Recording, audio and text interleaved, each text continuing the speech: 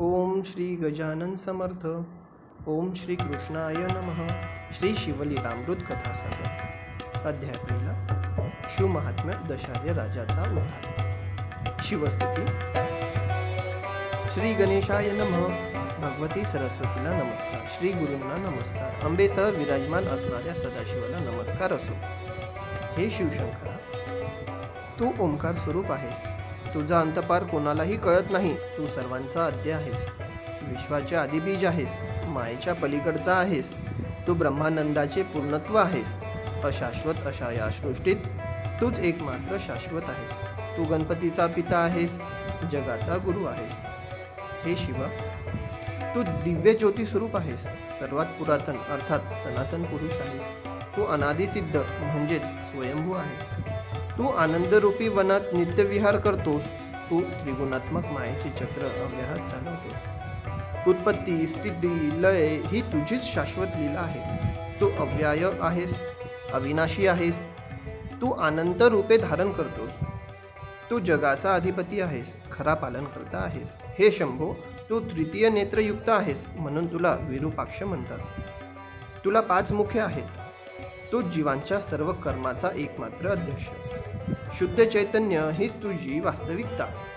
तू समस्त विश्वात अंतर्बाह्य भरून आहेस. तू जीवांना गहन कर्मबंधनातून सोडवतोस. मनाला मोहित करणाऱ्या मदनाचेही दहन करणाऱ्या शंकरा, तुझा जय जयकार असो.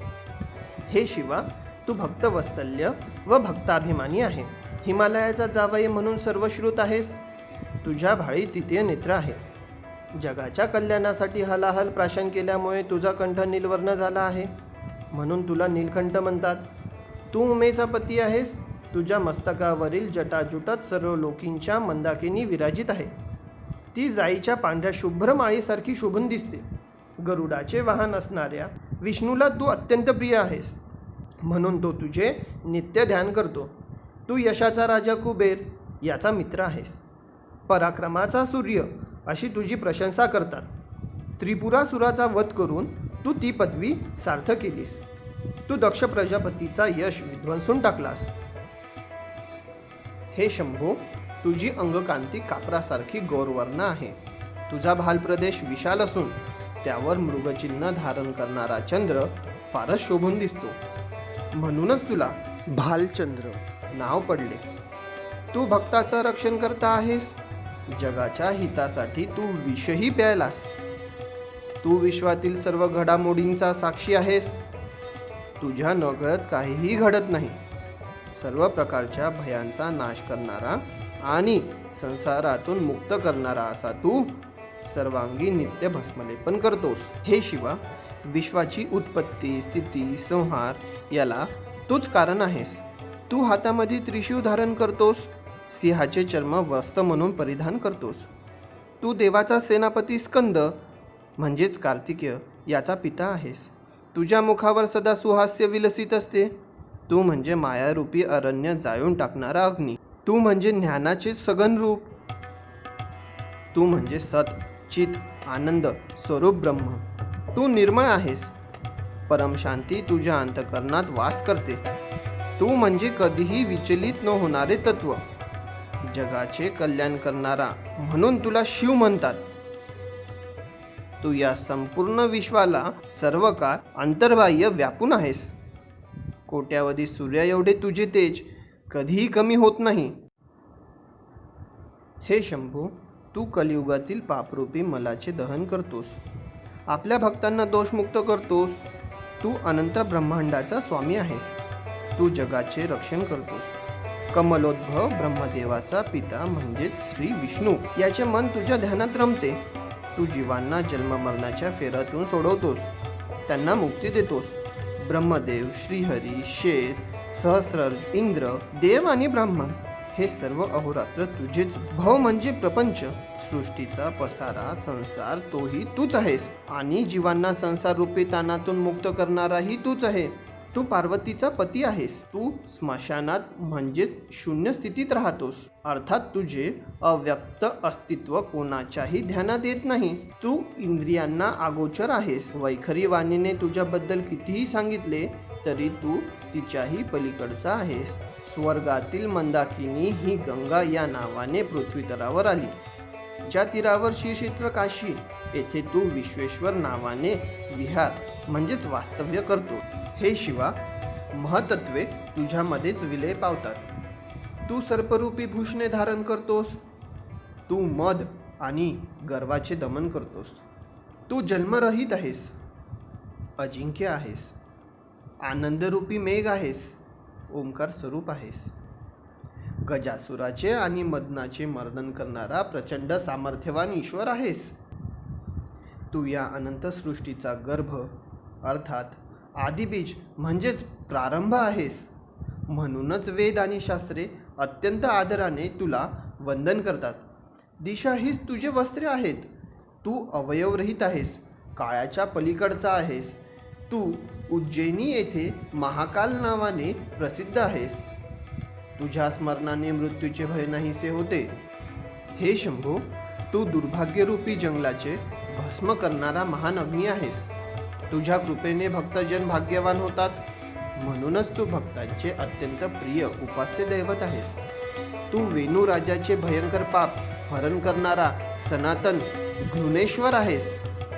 उमा मनोमन नेहमी तुझेच चिंतन करते आणि तूही भक्तांच्या हृदयरूपी कमळात मुग्ध भ्रमण होऊन वास करतोस.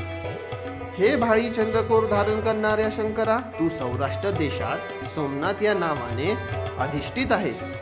हे शिवा, तुझे नेत्र कमळासमान आहेत. तू करुणेचा अथांग सागर आहेस.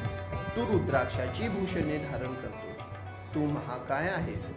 तुझे रूप भयंकर असले तरी तू अपार तपश्चर्या करणारा सर्वश्रेष्ठ तपस्वी आहेस. तू भीमाशंकर नावाने प्रसिद्ध आहेस.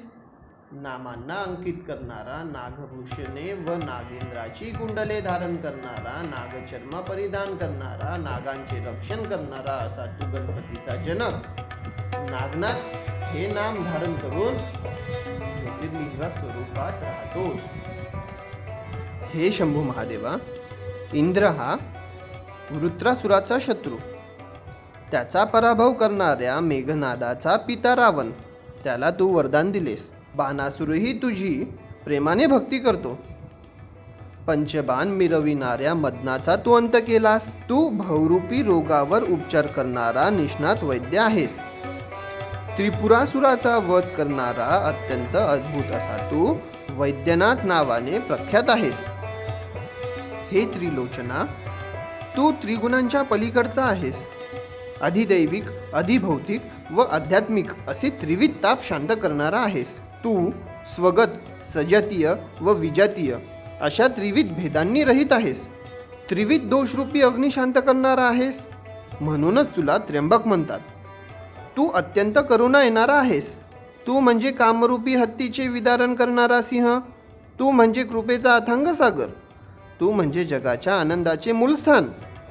तू हिमवताच्या कन्येचा पती आहेस. तू हिमालयात वास करतोस. हिमकेदार नावाने अत्यंत प्रख्यात असा तू नित्य अभिनव रूपात दिसतोस. हे शिव महाप्रभू, तू 5 मुकुट धारण करतोस. मायेची मलिनता दूर करतोस. आदी मध्य अंतरहित असा तू श्रीशैलम पर्वतावर मल्लिकार्जुन नावाने वास करतोस. तुझे श्रेष्ठत्व जाणून वेद अहोरात्र तुझेच गुणगान करतात. तू इंद्राचा शत्रू मेघनाथ, त्याचा पिता जो रावण, त्याला मारणाऱ्या रामाला अत्यंत प्रिय आहेस. तो दशरथ नंदन तुझ्या समोर हात जोडून जिथे उभा आहे तेथे तू रामेश्वर नावाने जगद्गुरु म्हणून नित्य अधिष्ठित आहेस.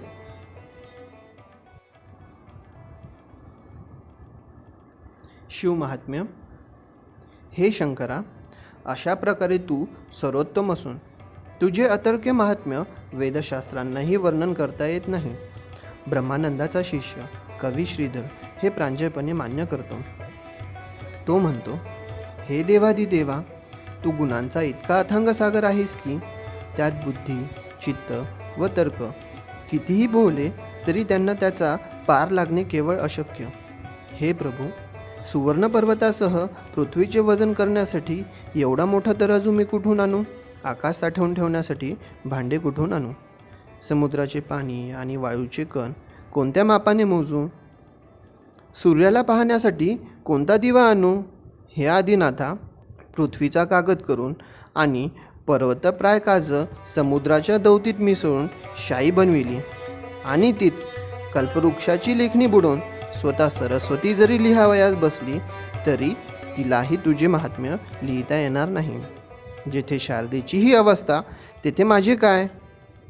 मी तर एक पामर, तुझी थोरवी सांगणारी ग्रंथरचना कशी करू? पण हीच गोष्ट तू स्वतः सिद्धीस न्यायची ठरवून माझ्यावर कृपा केलीस तर अशक्य ते काय? हे ईश्वरा, तू दीनबंधू आहेस, करुणा सिंधू आहेस. द्वितीयेच्या इवलीशा चंद्रकोरीला लोक भक्तिभावाने जीर्ण वस्त्राची चिंधी वाहतात, त्याप्रमाणे मी अल्पमतीने तुझे गुणगान करणार आहे. सत्यवतीचा महाज्ञानी पुत्र व्यास हा तुझे महात्म्यरूपी आकाश भेदीत गेला होता, पण त्यालाही त्याचा अंत लागला नाही, म्हणून तो विनम्र भावाने तटस्थ राहिला. मी तर मंदगती पामर आहे, तुझ्या थोरवीच्या आकाशात कसा संचार करणार? पण तरीही प्राप्त जन्माचे सार्थक व्हावे म्हणून मी तुझ्या गुणांच्या सागरात मासा होऊन विहार करणार आहे. माझ्यावर तुझी कृपादृष्टी असू दे. शंकराचा आशीर्वाद. तेव्हा श्रीधर कवीने केलेली स्तुती व ग्रंथनिर्मिती विषयक त्याचे मनोगत ऐकून दशकन्येचा पती श्री शंकर अतिशय संतुष्ट झाला व म्हणाला, तू माझ्या अद्भुत लीलांचे वर्णन करणारा शिवलीलामृत ग्रंथ लिहिण्यास प्रारंभ कर. त्यात मी प्रसादीय रस परिपोष करीन. पंडित जसा लहान शिशूचा हात धरून त्याला अक्षरे लिहावया शिकवतो, तसा मी तुझ्या मुखाने माझे समस्त गुण वदवीन. श्रोते हो, व्यासांनी स्कंदपुराणातील ब्रह्मोत्तर खंडात शिवलीलांचे वर्णन केलेले आहे. तोच शिवलीलामृत ग्रंथ होय. त्याच पवित्र कथा मी आपल्या पुढे सादर करणार आहे, तरी कृपा करून लक्ष द्या. शिवमंत्राचे श्रेष्ठत्व. प्राचीन काळी नैमिषारण्यात फार मोठे यज्ञसत्र चालले होते. त्यावेळी विश्रांतीच्या काळात महामुनी सूत उपस्थित ऋषींना व श्रोत्यांना पुराणकथाच्या माध्यमातून मार्गदर्शनपर उपदेश करीत असत. त्यावेळी श्रोत्यांनी विचारलेल्या प्रश्नांना सूत मुनी उत्तर देत. त्या चर्चासत्राने सर्वांच्या ज्ञानात भर पडत असे. एके दिवशी शौनकादी ऋषी सुतांना म्हणाले, हे मुनिवर, तू आमच्या चित्तरूपी आकाशाला प्रकाशित करणारा चंद्र आहेस. आता आमच्या कर्णरूपी चाकोरांना तृप्त कर. तू आपल्या प्रसादीय वाणीने अनेक पुराणे कथन केलीस, भगवान विष्णूच्या लीला सांगितल्यास, दशावताराचे वर्णन केलेस, महाभारत, रामायण, भागवत ऐकून आमचे कान तृप्त झाले. आता तुझ्या मुखातून अत्यंत अद्भुत असा शिवलीलामृत ग्रंथ ऐकण्याची इच्छा आहे, ती तू पूर्ण कर. ती विनंती ऐकून तो वेदव्यासाचा शिष्य सूत अतिशय प्रसन्न झाला. श्रोत्यांना उद्देशून तो म्हणाला, शिवचरित्र अपार आश्चर्यकारक आहे. त्याच्या श्रवणाने महापापाचे पर्वत जळून भस्म होतात, म्हणून तो लक्ष देऊ नये का? त्याच्या श्रवणाने तो श्री शंकर तुमच्या आयुष्यात आरोग्य, अपार ऐश्वर्य, उत्तम संतती, संपत्ती, ज्ञान, विवेक असे सर्व काही देईल. तुमचे सर्वार्थाने कल्याण करीन. शिवचरित्र अत्यंत निर्मळ आहे. ते ऐकल्याने कलिमल नष्ट होतो. सर्व तीर्थक्षेत्र, व्रतांचे व महायज्ञ केल्याचे पुण्यफल प्राप्त होते. सर्व यज्ञात जप यज्ञ श्रेष्ठ आहे.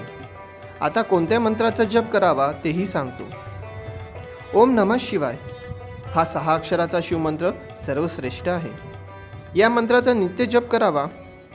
नमः शिवाय हा 5 अक्षरी मंत्रही तितकाच प्रभावी व फलदायी आहे. या मंत्राचा जप जीवांना संसारूपी सागरातून तारून नेतो. म्हणूनच ब्राह्मणादी देव व ऋषी याच मंत्राचा जप करतात. या शिवमंत्राच्या पठण प्रभावाने दुःख, दारिद्र्य, भय, शोक, काम, क्रोध, भेदभाव व पतके यांचा नाश होतो. पाठकाला समाधान प्राप्त होते, धैर्य येते, त्याचे पोषण होते. या महामंत्राचा अगाध महिमा अवर्णनीय आहे. यानेच देवांचे व मुनींचे कल्याण होते. ज्याप्रमाणे नवग्रहात सूर्य श्रेष्ठ आहे, त्याप्रमाणे मंत्रांमध्ये नमः शिवाय हा मंत्र श्रेष्ठ आहे. ब्रह्मा व विष्णू याचाच नित्य जप करतात. शास्त्रांमध्ये वेदांत, तीर्थांमध्ये प्रयाग, क्षेत्रांमध्ये काशी, शस्त्रांमध्ये पशुपतास्त्र, देवांमध्ये शंकर व पर्वतामध्ये मेरू पर्वत श्रेष्ठ आहे, तसा मंत्रांमध्ये हा शिव पंचाक्षरी मंत्र श्रेष्ठ आहे. हा मंत्र म्हणजे केवळ चैतन्य असे परमात्मा, साक्षात परब्रह्म. सर्व तीर्थे, व्रते यावरून ओवाळून टाकावीत. हा तारक मंत्र म्हणजे आत्मप्राप्तीची खाण, कैवल्य मार्गाला प्रकाशित करणारा सूर्य, अविद्यारूपी घोर अरण्याला जाळून टाकणारा ब्रह्मस्वरूप अग्नी. सनकादिक ज्ञानी याच मंत्राचा जप करतात. स्त्री, पुरुष, गृहस्थ, ब्रह्मचारी, चारी वर्णाचे लोक या सर्वांनी मुख्यत्वे हाच मंत्र जपावा. दिवसा रात्री, जागेपणी, स्वप्नामध्ये, निद्रा होत असताना, जाता येता, बोलता, भांडता, कार्य करताना या मंत्राचा कोणीही कुठेही कधीही जप करावा. याला कसलाही नियम नाही. या शिवमंत्र रूपी सिंहाची गर्जना कानी पडतात दोषरूपी हत्ती जागीच प्राण सोडतात. त्याचे क्षणार्धात भस्म होते. तो मंत्र म्हणताना न्यास, मामृत न्यास, विशिष्ट आसन याची काहीही आवश्यकता नसते. अहो, प्रेमाने नुसते शिवशिव जरी म्हटले तरी तो शंकर समोर उभा राहतो. जे या मंत्राचा अखंड जप करतात त्यांच्यावर हा त्रिनेत्र शंकर स्वतःच्या शरीराची सावली धरतो, त्याचे अहोरात्र रक्षण करतो. या मंत्राच्या उपासकांना तो शंकर मी तुझाच ऋणी आहे असे म्हणतो. पण या महामंत्राचा गुरुकडून विधीपूर्वक उपदेश घ्यावा. गुरु महात्म्य. आता हा गुरु कसा असावा तेही सांगतो. तो ब्राह्मण असावा. तो भागवत भक्ती करणारा, वितरागी, दिव्य ज्ञान असणारा, सर्व कर्मांमध्ये तारतम्याने वागणारा, उदार, दयाळू, मित भाषण करणारा, शांत, मानाची अपेक्षा नसणारा, दांभिकपणा नसणारा, अहिंसक व अत्यंत विरक्त असा असावा. सर्व वर्णाच्या लोकांना गुरुमंत्र देण्याचा अधिकार ब्राह्मणांना आहे असे वेदवचन आहे. ते लक्षात घेऊनच श्रेष्ठ गुरूंकडून या मंत्राचा उच्चार ऐकावा. नमः शिवाय हा मंत्र आपल्याला जरी माहीत असला तरी निर्धारपूर्वक गुरुमुखातून घ्यावा. मंत्र म्हणता येतो म्हणून त्याचा उगाच जप केला तरी तो निष्फळ होय. जे कामी, क्रोधी आणि मदोन्मत्त आहेत, ज्यांनी गुरुपदेश घेतलेला नाही, त्यांनी कितीही ज्ञान सांगितले तरी ते व्यर्थच होय.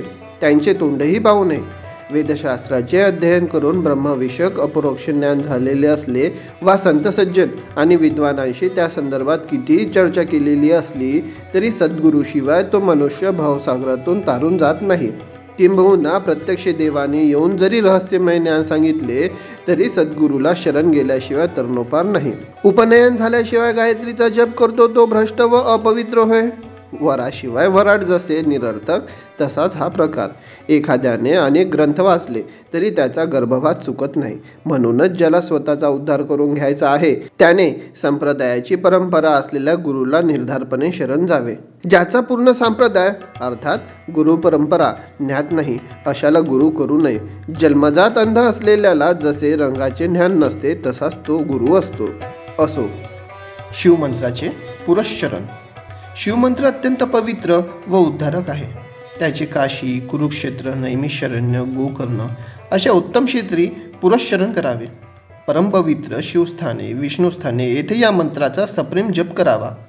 या संदर्भात एक पुरातन कथा सांगतो, ती ऐका. शिवमंत्राचे महात्म्य सांगणारी ही कथा आस्थेने श्रवण करावी. तिच्या आशयावर चिंतन मनन करावे. तिला अनुमोदन द्यावे. त्यायोगे शिवकृपेने सर्व पापे नष्ट होतील. शिवमंत्राच्या प्रभावाची प्रत्यक्ष अनुभूती होईल.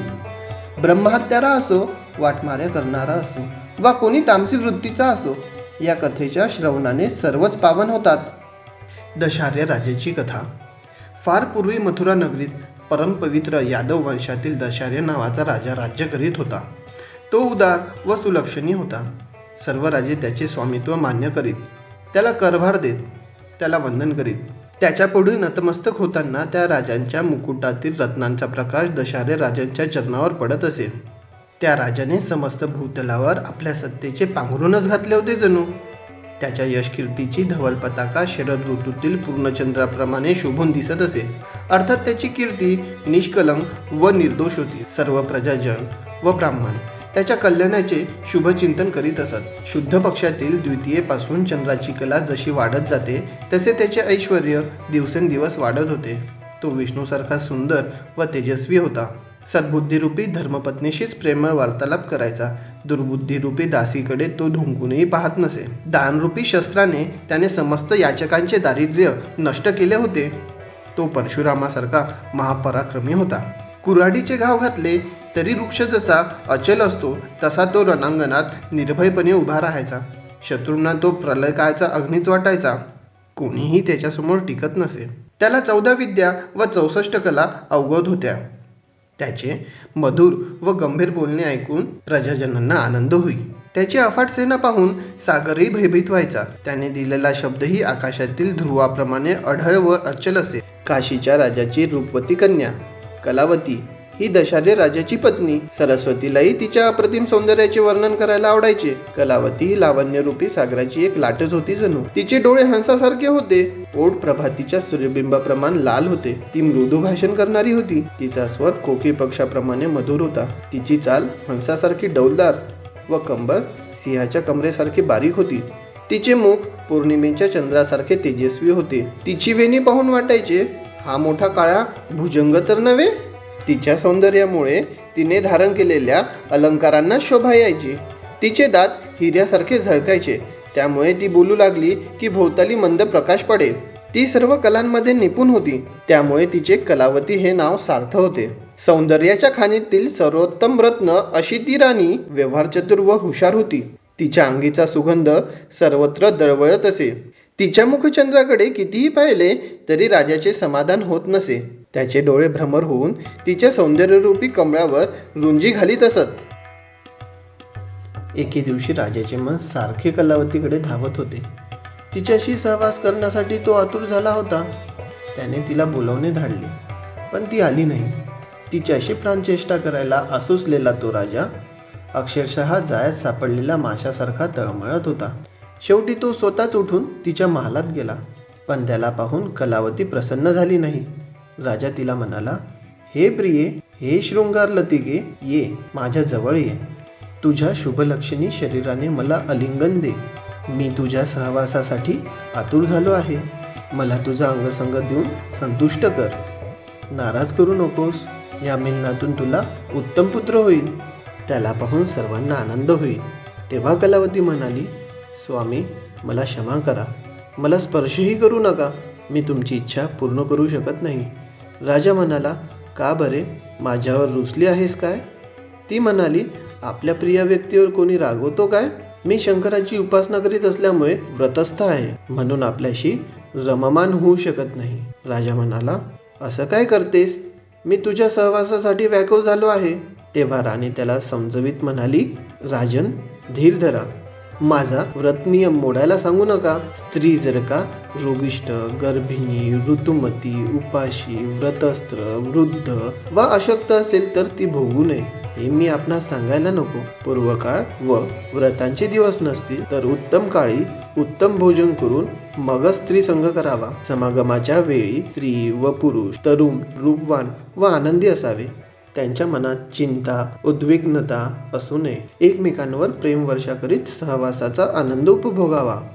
पण काम वासनेने अंध झालेल्या दशार्याने तिचे बोलणे मनावर घेतले नाही. त्याने दोन्ही हात पसरून कलावतीला एकदम घट्ट आलिंगन दिले. तर काय आश्चर्य, तिला बहुपाशात घेताच राजाचे अंग पोळले. तो क्षणार्धात तिच्यापासून दूर झाला. त्याला मोठा प्रश्न पडला. त्याने कलावतीला विचारले, राणी, हे काय नवल आहे? तुझे अंग इतके तप्त कसे? कलावती म्हणाली, महाराज, रागवू नका. अनुसूया पुत्र दुर्वास हे माझे गुरु आहेत. त्यांनी मला शिवपंचाक्षरी मंत्र दिला आहे.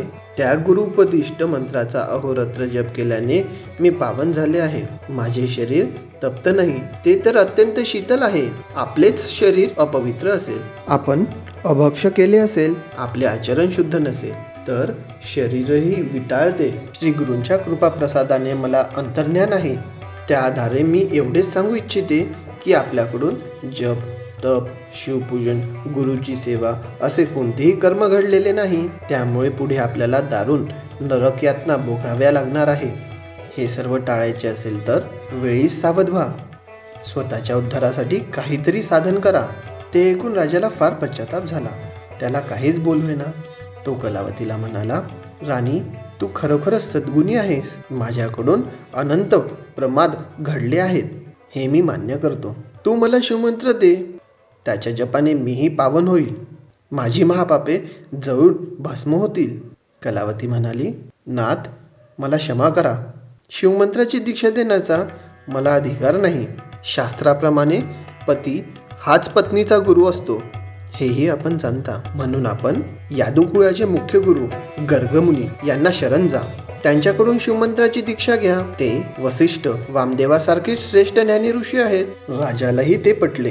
तो आपल्या राणीसह गर्गमुनीच्या आश्रमात गेला. त्या थोर तपस्व्याला वंदन करताना त्याच्या हृदयात अष्टसात्विक भाव दाटून आले होते.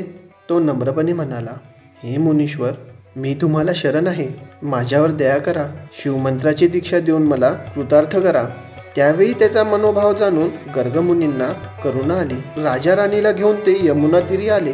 त्या दोघांना स्नान करायस सांगितले. त्यांचे स्नान झाल्यावर त्यांच्यासह एका मोठ्या वृक्षाखाली बसले. तेथे राजाकडून यथासांग शिवपूजन करून घेतले. राजाने गर्गमुनीचीही पूजा केली. त्यांना दिव्य रत्ने व दिव्य वस्त्रे दिली. गुरुदक्षिणा म्हणून अपार द्रव्य दिले. अनन्य भावाने त्यांचे पाय धरले व म्हणाला, गुरुदेव, कृपा करून मला अनुग्रह द्या. मला शिवदीक्षा देऊन धन्य करा. खरोखर जे गुरुला शरण जातात, त्यांची सेवाभक्ती करतात, त्यांच्या उपदेशाचे निष्ठेने पालन करतात, ते धन्य होत. पण जे गुरूंची वंचना करतात, त्यांच्या नशिबी घोर नरक यातनाच येतात. गुरूंच्या घरी संकट असताना जो सुखविलासात दंग असतो, त्या मतिमंदाला ज्ञान कसे मिळणार? गुरु म्हणजे ब्रह्मानंदाची सजीव मूर्ती. गुरु म्हणजे साक्षात परब्रह्म. जो त्याची भक्ती करीत नाही, तो अधम. काही लोक युक्तिवाद करतात, म्हणतात तन मन धन या सर्व नश्वर गोष्टी आहेत, त्या गुरूंना अर्पण करण्यात काय अर्थ आहे? असे ज्ञान पाजणाऱ्या षडांना काय म्हणावे? त्या महाचंडाळाचे कधी तोंड पाहू नये. त्यांची विद्या, त्याचे ज्ञान, त्याचे वैराग्य, त्याची साधना हे सर्व व्यर्थ. त्याचा धिक्कार असो. असे वक्तव्य करणारा 4 वेद आणि 6 शास्त्रे जाणणारा विद्वान पंडित जरी असला, तरी त्याचे पांडित्य निरर्थकच. गाढव पाठीवरून चंदनाचा भार वाहते, पण त्याला त्याचा सुगंध लागत नाही. पळी षड्रस अन्न वाढते, पण तिला त्याची चव कळत नाही. मापाने तांदूळ मोजले जातात, पण भात खायचे सौख्य त्याच्या नशिबात नाही. घाना ऊसाचा रस गाळतो, पण त्याची गोडी चाखतात दुसरे. पात्रात साखर साठवली जाते, पण त्याला त्याची माधुरी लाभत नाही. गुरूंची वंचना करणारेही तसेच असतात. ते आपल्या ज्ञानाचा, आपल्या विद्वत्तेचा गाढवाप्रमाणे व्यर्थ भार वाहतात. गुरुभक्तीत किती आनंद आहे हे त्यांना कधीच कळत नाही. गुरुला विन्मुख असणारे ते सर्व अभाविक आणि दुर्जन होत. पण दशार्य राजा तसा नव्हता.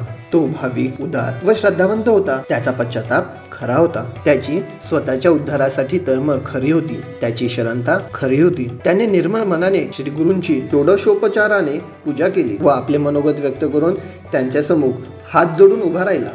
तेव्हा गर्गमुनींनी त्याला हृदयाशी धरले. आपला वरद हस्त त्याच्या मस्तकी ठेवला. त्याला नमः शिवाय या शिवपंचाक्षर मंत्राचा उपदेश केला. त्या अनुग्रहाने तो नृपोत्तम धन्य झाला. त्याच्या अंतकरणातील अज्ञानाचे निरसन झाले. त्याला निजबोध झाला. त्याचवेळी एक आश्चर्य घडले. अत्यंत अद्भुत अशा त्या महामंत्राचे सामर्थ्य तर पहा. गुरुमुखातून शिवनाम श्रवण करताच त्याची धग असहाय्य होऊन राजाच्या शरीरातील असंख्य पापे कावळ्याच्या रूपाने त्याच्या देहातून तडफडत बाहेर पडली. त्यापैकी कित्येक कावळ्यांचे पंख जळून गेले होते, तर कित्येक कावळे बाहेर पडता पडता भस्मसात झाले होते. किंचित अग्नी पडताच शुष्क काटेरी झाडाचे वन जळून जाते. तसे शिवमंत्राच्या प्रभावाने त्या राजाच्या शरीरातील सर्व पापे काकरूपाने जळून गेली. ते दृश्य राजा आश्चर्याने पाहत होता. ते कावळे निघून जाताच आपला देह देवासारखा दिव्य झाला होता हे त्याच्या लक्षात आले. त्याला अतिशय आनंद झाला. आपण जे पाहिले ते सत्य होते की भ्रम हेच त्याला कळेना. त्याने गर्गमुनींना विचारले, हे मुनिश्रेष्ठा, माझ्या देहातून एवढे असंख्य कावळे कसे निघाले? माझे रूप इतके दिव्य कसे झाले? गर्गमुनी म्हणाले, राजन, शिवनामाच्या प्रभावाने तुझी अनंत जन्माची पापे जळून भस्म झाली आहेत. कावळे हे त्याची प्रतिकात्मक रूप होय. आता तू पूर्णतः निष्पाप झाला आहेस, म्हणून तुला हे दिव्य रूप मिळाले. ते कळताच राजाचे हृदय कृतज्ञतेने भरून आले. तो अत्यंत प्रेमाने गुरुस्थवन करू लागला. म्हणाला, गुरुदेव, तुम्ही धन्य आहात.